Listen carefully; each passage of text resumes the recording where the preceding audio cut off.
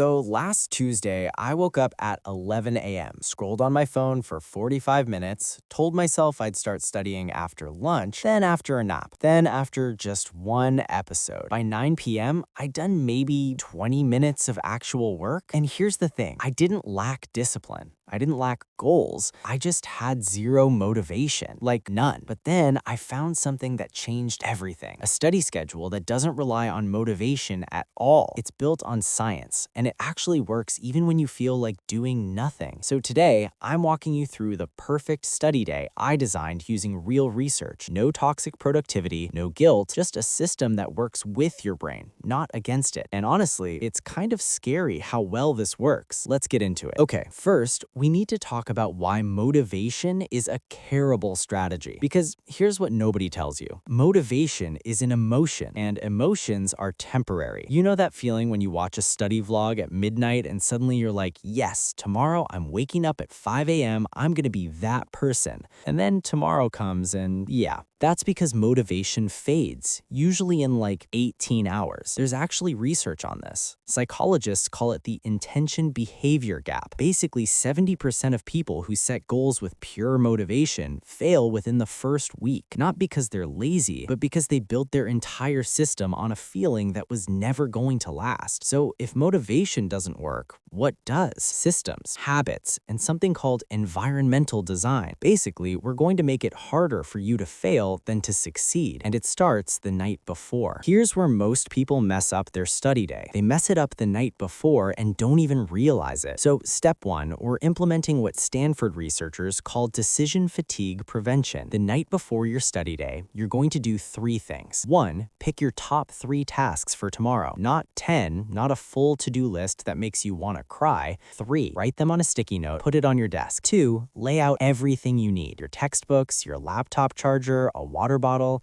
even your clothes if you're feeling extra. Why? Because every decision you make tomorrow drains your willpower, and you only have so much. 3, set a shutdown time for your phone. Mine's 10 p.m. I put it in another room because here's the thing. A study from Harvard found that the blue light from your phone doesn't just mess up your sleep, it actually reduces your cognitive function the next day by up to 30%. 30%! That's like giving yourself a concussion before an exam. So tonight, we're protecting tomorrow's brain. Trust me on this one. All right, it's morning, and no, you don't need to wake up at 5 a.m. I wake up at 7:30, and this still works. The first 60 minutes of your day are sacred. This is what neuroscientists call your peak cognitive window. Your brain is literally at its sharpest, so we're not wasting it. Here's the routine. First 10 minutes, do not touch your phone. I'm serious. The moment you check Instagram or TikTok, your brain gets a dopamine hit and suddenly studying feels boring in comparison. Instead, drink water, like a full glass.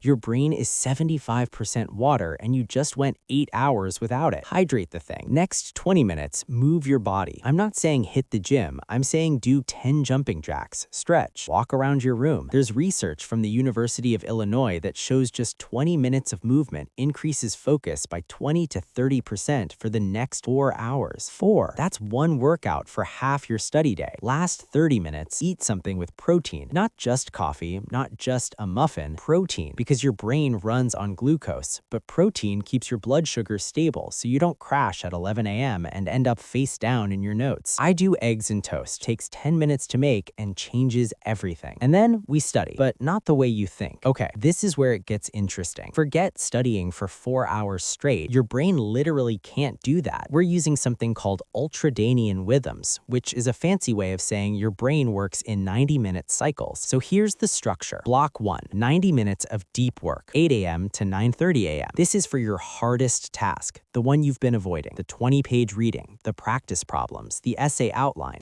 You do it first while your willpower is full. And here's the key. You're going to use the 2-minute rule. Tell yourself you'll study for just 2 minutes. That's it. Because starting is the hardest part. But once you're 2 minutes in, your brain's like, well, I'm already here.